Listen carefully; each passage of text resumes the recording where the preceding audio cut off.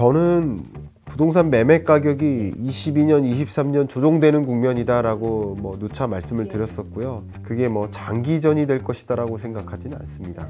많은 분들이 그래요. 이게 바닥입니까? 간결합니다.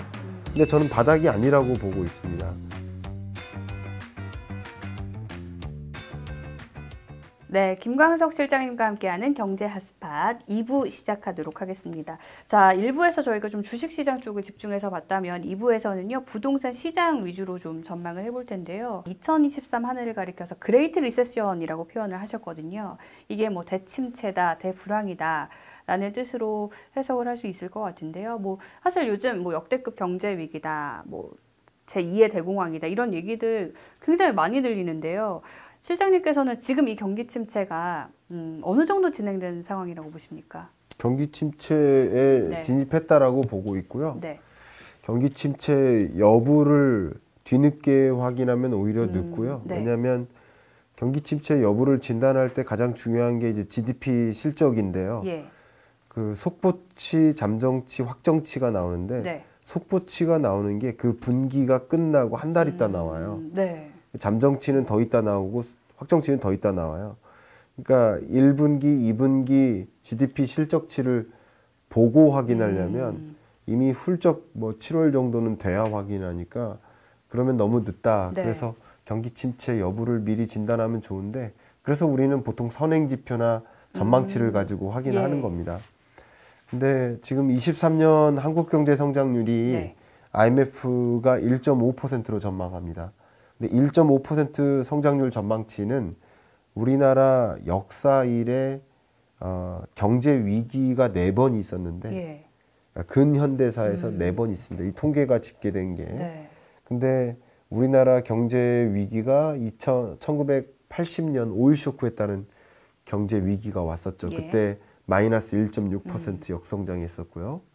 그리고 1997, 8년 IMF 외환위기 왔었고 그래서 98년에 우리나라 경제성장률이 마이너스 5.1%로 역성장했습니다. 그리고 2008년 글로벌 금융위기 왔었고 마지막으로 2020년 팬데믹 경제위기 마이너스 0.7% 성장했습니다.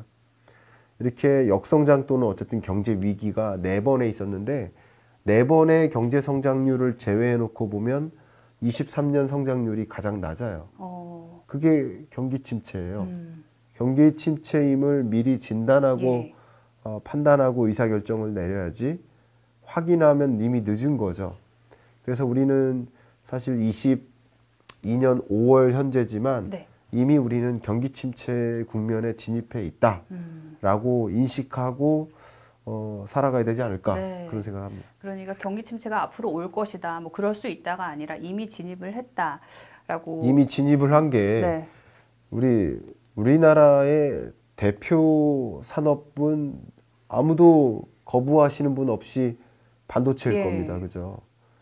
이 반도체 대표적인 기업이 역시 삼성전자고 삼성전자의 1분기 영업이익이 6천억 정도 되는데 이 6천억이라는 영업이익 실적을 낸 게 분기별 1조가 안 되는 영업이익이 정확히 2008년 글로벌 금융위기 이후 처음이에요. 그리고 이렇게 영업이익이 줄어든 이유 중에 하나가 반도체가 안 팔려서예요. 반도체가 안 팔리니까 뭐가 쌓일까요? 재고가 쌓입니다. 그럼 재고가 쌓이니까 가격이 어떻게 될까요? 가격이 또 떨어지는 거예요. 그래서 영업이익이 이렇게 급격히 떨어진 겁니다. 그럼 재고가 이렇게 쌓이는 과정에서 영업이익이 이렇게 축소됐는데 그러니까 삼성전자가 어떤 의사결정을 단행합니까? 감산하겠다. 근데 이 삼성전자가 반도체 감산하겠다라는 의사결정 이게 정확히 IMF 외환위기 이후 처음입니다. 이러고도 경기 침체가 아니라고 할 수 있나요? 그러니까 우리는 경기 침체가 오고 나서 상황을 진단하는 게 아니라 이런 정도면 경기 침체 국면에 진입한 거구나 라고 인지하고 이 상황에 어떻게 대응할지를 생각해야 되는 것이죠. 그렇군요. 자, 그리고 지금 아까 일부에서도 짚어주셨습니다만 금리가 사실 경기 침체 상황 논할 때 좀 빠지지 않는 키워드잖아요. 그리고 최근에 이제 며칠 전에 미국에서 또 금리 인상을 했고요. 그래서 미국 기준금리가 지금 5.25% 됐는데 그래서 한국과의 기준금리 격차가 1.75%포인트까지 벌어졌지 않습니까? 네. 이번 연준의 결정에 대해서 이 파월의 결정에 대해서 어떻게 생각하십니까? 파월의 의사결정은 어쨌든 네. 자국의 물가, 자국의 경기 상황, 자국의 또 금융 상황을 진단해가면서 판단했을 것이고 네. 뭐 금융부실의 여파가 지금 계속 나타나고 있는데 그럼에도 불구하고 파월은 the U.S. banking system is sound and resilient. 네. 굉장히 건강하고 회복력 있다고까지 표현을 했어요. 그만큼 미국 연준의 입장에서는 금융부실 상관없다. 이 정도면 괜찮다. 네. 뭐 금융위기 오는 거 아니냐라고 우리가 의심하거나 걱정하고는 있지만 어쨌든 연준은 그렇게 판단하고 있고 미국 경기 아직도 강하다, 로버스트하다 뭐 이렇게 표현을 했어요. 매우 건강하다. 그러니까 오로지 판단할 기준이 뭡니까? 물가 하나인 거예요. 근데 근원 물가가 안 잡히고 있거든요. 예. 근원 물가가 안 잡히고 있으니까 연준은 역시 금리를 인상할 수밖에 없었던 것이고 추가적인 금리 인상 가능성을 열어둔 것이라고 볼 수 있는 것이죠. 네. 자, 그러면 사실 뭐 한국 입장에서는 어쨌든 기준금리 격차가 벌어지고 있기 때문에 한국은행의 고심도 클 것 같은데 한국은행의 기준금리 기조는 뭐 미국을 따라갈 거라고 보십니까? 아니면 역으로 한은이 뭐 좀 먼저 인하를 할 가능성도 있다고 보십니까? 인하할 가능성은 굉장히 희박하다고 보고 있고요. 예. 인하하면 좀 큰 문제가 생길 수 있을 것 같고요. 어쨌든 미국이 인상을 추가적으로 안 하면 네. 우리 한국으로서는 그나마 같이 금리를 인상해야 될까 하는 그런 걱정 네. 혹은 한미 간의 기준금리 격차가 역대급으로 벌어졌으니까 그것으로 인해서 또 추가적인 자금 유출이 일어날까 하는 걱정 또 강달러 기조가 또 야기돼서 또 우리나라는 강달러 기조 나오면 우리나라 물가 못 잡거든요. 네. 그러니까 그런 걱정들이 상대적으로 없을 텐데 미국이 그런 의사결정을 내리다 보니까 걱정이 이제 첩첩산중인 상황이라고 볼 수 있을 텐데 근데 연준 입장에서는 그런 의사결정을 내렸지만 네. 우리나라 중앙은행 입장에서는 기준금리 격차가 벌어진 것 역대급으로 벌어진 것 그것으로 야기되는 몇몇 부정적인 요인들 그거보다 이 격차를 좁히기 위해서 금리 인상할 때 나타날 수 있는 나머지 또 부작용들이 더 걱정인 상황이라고 볼 수 있을 것 같습니다. 네. 가장 대표적인 게 미분양 주택이 급격히 쌓이고 있고요. 예. 그리고 그러다 보니까 부동산 PF 부실 문제도 계속 야기되고 있고요.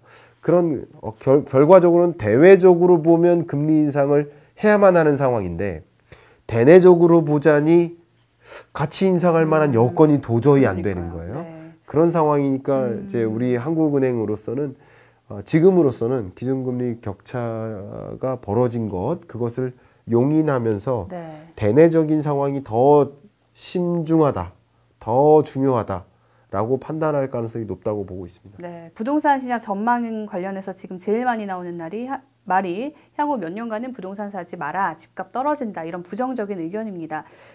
적어도 내년까지는 계속 부동산 하락과 침체가 이어진다라고 봐도 무방한지 이게 시점을 여쭤보는 게 조금 그렇긴 한데 언제까지 떨어질 거라고 판단하고 계신지 궁금해요. 네, 네. 저는 부동산 매매 가격이 예. 22년, 23년 조정되는 국면이다라고 뭐 누차 말씀을 예. 드렸었고요. 22년 중반부터 조정되는 국면이 시작됐고요. 네. 이게 뭐 그렇게 23년 한 해도 조정되는 국면이라고 생각합니다만 그게 뭐 장기전이 될 것이다라고 생각하지는 않습니다. 네. 기본적으로 역시 부동산 매매 가격도 금리가 상당한 지배적인 영향을 미치고 있는데요. 예. 그런 관점에서 부동산 매매 가격 등락률로 봤을 때 많은 분들이 그래요. 이게 바닥입니까? 네. 그럼 바닥이란 얘기는 지금 사라는 말씀인 거죠. 그죠?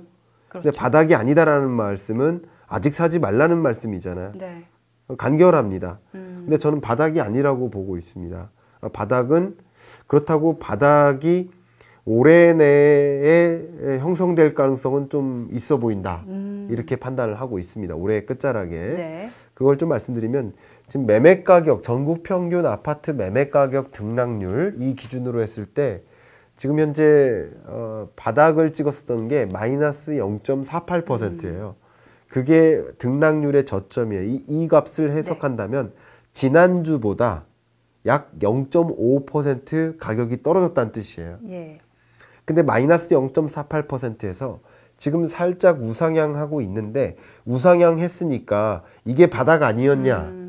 그거 아니에요. 마이너스, 이게 등락률이니까 지난주보다 얼마나 떨어졌는지를 보여주는 지표니까 이 값이 마이너스 등락률이면 여전히 마이너스라는 거야. 여전히 지난주보다 떨어지고 있다는 거야. 서울도 마찬가지입니다. 지금도 여전히 지난주보다 떨어지고 있습니다. 그러면 마이너스 0.48%에서 지금 대략 마이너스 0.3%에 가깝게 올라왔어요. 근데 올라왔지만 여전히 지난주보다 0.3% 떨어지고 있다는 뜻이에요. 그러니까 이게 바닥이냐 아니냐? 바닥 아니죠. 이 등락률이 결과적으로 이게 우상향 하다가 마이너스 0.3%에서 마이너스 0.2, 마이너스 0.1. 물론 당장 마이너스 0.2, 마이너스 0.1로 가지 않습니다. 매우 미세하게 움직입니다. 네. 그러다가 이게 0을 통과하는 지점이 저점인 거죠. 네. 그러니까 아직 저점 아닌 거고요. 바닥 아닌 거고요. 근데 바닥은 연내 끝자락쯤에 올 것 같다라고 저는 보고 있습니다. 전국 평균 아파트 매매 가격 등락률로 봤을 때 이것을 이제 진단하는 가장 중요한 그 잣대 중에 하나가 미분양 주택 건수인데요. 미분양 주택 건수가 정점을 찍고 2, 3개월 연속으로 확실히 조정된다. 네. 라고 했을 때 이 등락률이 0을 통과하는 그 지점과 만날 가능성이 높습니다. 실제 2020년에 매매 가격 등락률이 솟을 때 미분양 주택 건수가 급격히 해소됐었고요. 또 매매 가격 등락률이 정점 찍고 이렇게 둔화될 때 미분양 주택 건수가 이제 시장 재고 수준에서 맴돕니다. 그리고 2022년부터 미분양 주택 건수가 급격히 치솟기 시작하는데 이때부터 집값이 조정되는 거예요. 미분양 주택 건수는 정확히 수요와 공급의 결과물이니까 네. 뭐 틀릴래야 틀릴 수가 없습니다. 여러분 미분양 주택 건수가 늘어나는데 집값이 올라갈 수 있습니까? 그러게요. 뭐 스스로 네. 답변해 보세요. 당연한 거야, 당연한 거. 수요와 공급의 원리예요. 근데 이 미분양 주택 건수가 확실히 정점 찍고 2, 3개월 유의미한 수준으로까지 줄어든다. 그러면 그 지점과 매매 가격 등락률이 네. 0을 통과하는 지점과 거의 맞물릴 거라고 보고 있는데 물론 시간적 격차는 서로 있겠죠. 예. 그래서 여러분께 좀 말씀드린다면 그 시점, 정확히 0을 통과하는 지점을 그 누구도 예측할 수는 없죠. 그러나 미분양 주택 건수의 발표를 보시면서 매월 말에 발표되니까 이게 7만 5천 호를 초과하다가 7만 2천 호까지 유의미한 수준은 아니에요. 네. 미세하게 좀 떨어졌는데 이게 유의미한 수준으로 6만 호 정도까지 확실히 떨어지는 국면이다 라고 여러분이 이해하신다면 그때는 매수 시점에 거의 네. 왔구나 이렇게 생각하셔도 좋지 않을까 생각합니다. 네, 제가 사실 지금 무주택자에게 부동산 투자 조언을 좀 해주신다면 어떻게 해주고 싶으신지 여쭤보려고 했는데 약간 네. 좀 힌트를 주신 것 같아요. 혹시 이 외에도 조금 무주택자에 대한 조언 해주실 부분이 있을까요? 제가 여러분들께 그 23년 초까지만 해도 22년이나 23년 초까지만 해도 전세 계약을 뒤로 좀 연장하십시오 이렇게 의견을 드렸어요. 네. 매수 시점이 아니라는 거죠. 왜냐하면 저도 이제 제 채널을 운영하고 있다 보니까 독자분들과 이제 소통을 하는데 저희는 신혼부부입니다. 이번 1월 달이 전세 계약 만료일이 옵니다. 그러면 이제 우리 동네 보니까 집값이 뭐 50%나 떨어졌는데 이제 내 집 마련하는 게 맞습니까? 이런 질문 많이 하세요. 그래서 이제 제가 뭐라고 말씀드렸냐면 전세 계약 기간을 좀 연장하십시오. 연장하되 2년 단위로 연장하지 마시고 1년 단위나 최소 범위 집주인이 예스만 한다면 뭐 6개월도 좋습니다. 이렇게 연장하셨으면 좋겠다라고 말씀드리는데 그렇게 또 연장할 수 있는 이유는 집주인 마음대로가 아니에요. 지금은 세입자 마음이에요. 전세 세입자의 바기닝 파워가 좀 더 세요. 왜냐하면 세입자 찾기가 굉장히 어렵습니다. 이걸 역전세난이라고 하는데 그렇기 때문에 여러분이 내 집 마련을 고민하시는 분들은 조금 단기 텀으로 전세 계약을 조금 연장하는 거.